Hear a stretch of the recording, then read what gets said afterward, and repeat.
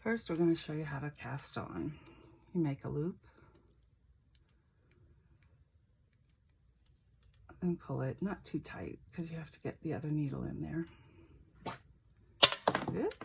Bring the other needle around. You put it inside the hole like this.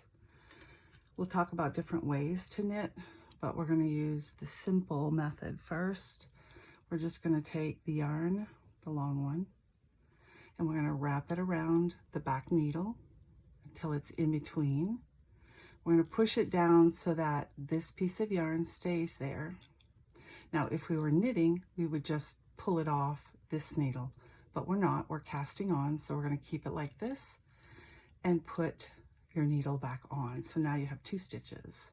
So doing it again, it's around the back until it's all the way down. You go in between so that you have 1 stitch on here when you pull it up, and you put it back on. So I'm going to do 2 or 3 more, and then I'll show you the knitting stitch. So down around the back, pulling it up and adding back around the back. There's about 15 different ways to cast on. If you learned a different way, that's okay. If you remember how to do it, this is just the way I was taught, and it leaves a nice finish down here on the bottom. Knitting, there's different ways you can do it. You can use it the way we probably learned how, although you guys were in England, so I don't know how you learned. But anyway, the way most Americans knit here is to put, again, behind until it's between the 2 of them. Pull it up, and in this case, you push it off, and you pull a little bit so that it's not too loose here. So again, you go in between the 2, around the back, bring it up so there's only 1 stitch on it, and pull it off.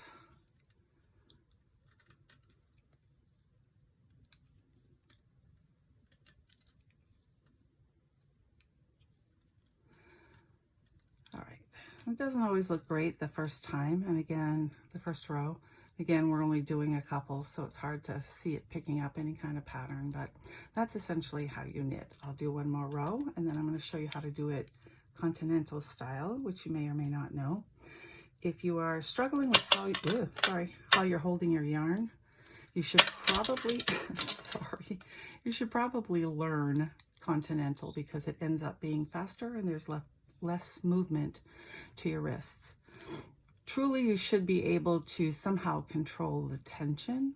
It saves you from picking it up, putting it around, bringing it up and off, and then having to adjust the attention to it, which is okay too, especially when you start. But you can either get comfortable somehow wrapping it out. I've seen people wrap it all kinds of different ways. It doesn't really matter. As long as you've got some kind of control, it's in your fingers.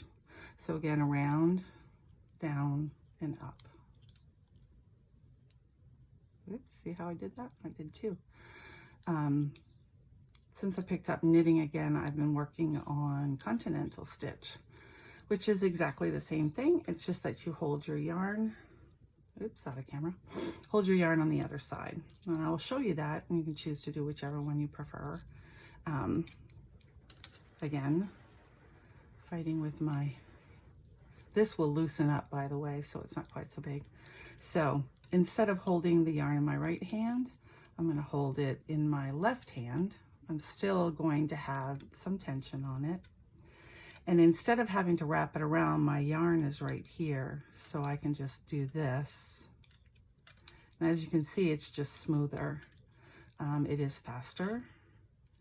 But if you've never done it and you've done it the other way, it might be easier to do it the other way and not even hold your yarn with tension. So it looks exactly the same. It's just a different way to do it.